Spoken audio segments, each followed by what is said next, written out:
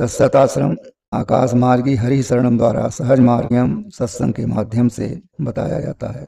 नारायण की शक्ति अनंत है, अखंड है, जिसका कोई वर्णन नहीं किया जा सकता। नारायण ही हरि हैं।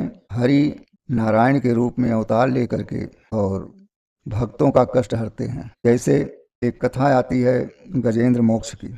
गजेंद्र त्रिकूट पर्वत के मध्य में प्यास से व्याकुल होता हुआ जलाशय की खोज में, सरोवर की खोज में भ्रमण कर रहा था। साथ में कई हथनियाँ थी, उन्हीं के झुंड में चलते हुए, और जब उसे कुछ आवाज़ पक्षियों की मिली, अंदाज लगा कि यहाँ पर कोई जलाशय है। वो जलाशय बहुत ही सुगंधित कमल फूलों से युक्त सुंदर और स्वच्छ निर्मल जल था। उस जल को देख करके जो गजेंद्र नाम का हाथियों का श्रेष्ठ वो जलाशय के पास गया। वो जलाशय 10,000 ऊंचा पहाड़ और लगभग उतना ही लंबाई चौड़ाई के मध्य में वो सरोवर था। वो पहाड़ त्रिकूट पहाड़ के नाम से प्रसिद्ध है। त्रिकूट नाम का जो ये पहाड़ था ये क्षीर सागर में है।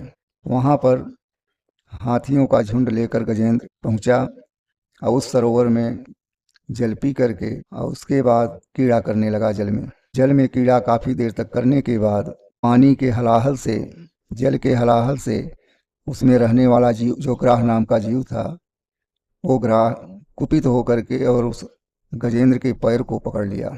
अब गजेंद्र का जब पैर पकड़ा गया ग्राह के द्वारा, तो गजेंद्र अपनी तरफ खींचता है, वो ग्राह अपनी तरफ खींचता है, लेकिन तब तक पुकार किया, सारी हथनियाँ आकर के सारी शक्ति लगाया, लेकिन गजेंद्र का जल से निकासी नहीं हुआ। ग्राह मजबूत पड़ गया।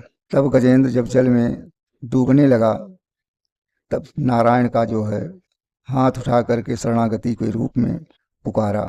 पहली बार पुकारा तो भगवान नारायण नहीं सुने, अनसुनी कर दिया।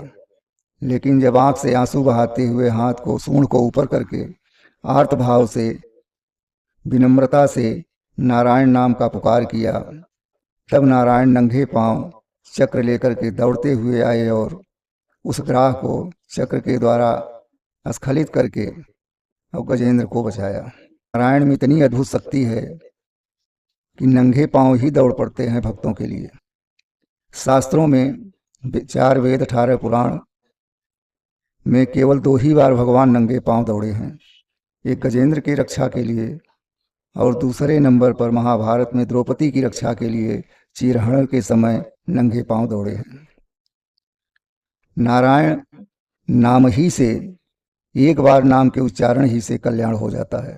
समस्या है कि आदमी या साधक या भक्त या कोई भी जीव बार बार नाम लेता है, लेकिन उसे किसी प्रकार का आनंद, कल्याण, मोक्ष नहीं दिखाई पड़ता। बहुत से ऐसे प्रश्न आते हैं कि क्यों नहीं दिखाई पड़ा। बहुत ही सहज ढंग से इसका अर्थ है, नारायण तभी आते हैं जब जीव आर्त भाव से रुदन करता हुआ, हृदय को गलगल करता हुआ जब नारायण की स्तुति करता है, उनके नाम का जाप करता है, तो नारायण नंगे पांव दौड़ते हैं। नारायण की शक्ति अद्भुत है। शास्त्रों में लिखा गया है, यहम भक्त पराधीनो। भगवान हरि खुद कहते हैं कि मैं भक्तों के पराधीन हूँ। अहम भक्त पराधीनो हे स्वतंत्र युद्ध साधुर्भिर्ग्रस्त हृदयो भक्तैर्भक्त जनप्रिय। कोई भी जीव, मनुष्य, साधक या भक्त मुझे जब श्रद्धा से, आर्त भाव से पुकारता है, तो मैं उसके पास दौड़ के जाता हूँ। तो भक्ति करने मात्र से ही नहीं, बल्कि उसके रूप और रंग के हिसाब से जब भक्ति होती है, तब भगवान दौड़ते हैं। ये क्रियाएं संतों के पास रह करके, उनके माध्यम के द्वारा, उनके वो स्वयं कैसे करते हैं, जब उस ढंग से आप भी चलेंगे, तभी वो आनंद, वो कल्याणकारी मार्ग मिलेगा। तो मार्ग प्रशस्त करने वाला ही संत होता है, वही गुरु होता है, वही भगवान होता है, वही भक्त होता है, वही भक्ति होती है। तो नारायण की भक्ति में आर्त भाव, शरणागति का भाव जब तक जीव के अंदर नहीं आएगा, तब तक नारायण की शक्ति का प्रभाव नहीं मिल पाएगा।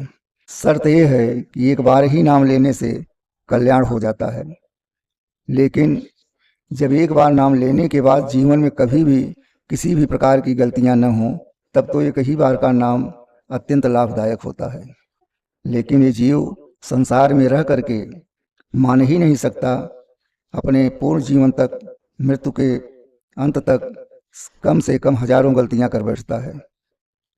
तो इसीलिए संतों का कहना है, उनका अनुभव है कि आदमी गलती से मानेगा नहीं, तो इसलिए उसको आदत डालनी चाहिए कि हम मंत्र का जाप करते रहें, नारायण का नाम रटते रहें। हो सकता है कि मृत्यु पर्यंत एक बार अगर नारायण शब्द आ जाए तो मुक्ति मिल जाए। तो नारायण तो कल्याण करते ही हैं, लेकिन जब नारायण के नाम लेने के बाद पुनः गलतियां न हो तब। अजामिल बहुत दुष्ट आदमी था, प्रतिदिन गलत काम करता था, लेकिन किसी संत ने उसे बता दिया कि आप अपने बेटे का नाम नारायण रखिए, और कभी न कभी नारायण कह के जब पुकारोगे अपने पुत्र को, तो मरते समय भी पुत्र की याद आएगी, और जब आप नारायण कह दोगे तो आपकी मुक्ति हो जाएगी। तो जब इतना पापी अजामिल मुक्त हो गया, तो साधक, साधना करने वाला या भक्ति करने वाला जीव क्यों नहीं मुक्ति पाएगा। भगवान के शरणागत में रहने से कोई जीव ये नहीं सोच सकता कि हमें मुक्ति नहीं मिलेगी। मुक्ति मिलती है, किसी को तत्क्षण मिल जाता है और किसी को जो है लास्ट में मिलता है, लेकिन कर्म तो करना पड़ता है। इसलिए नारायण का जाप अति उत्तम है, सर्वोत्तम है, पूर्ण है, और देवों में सबसे बड़े देव, पूर्ण देव हैं नारायण। नारायण हरि ही संसार के लिए, देवताओं के लिए ही रूप बना के बैठे हैं। उसी रूप की हम पूजा करते हैं, तभी हमारा कल्याण होता है। जय श्री नारायण।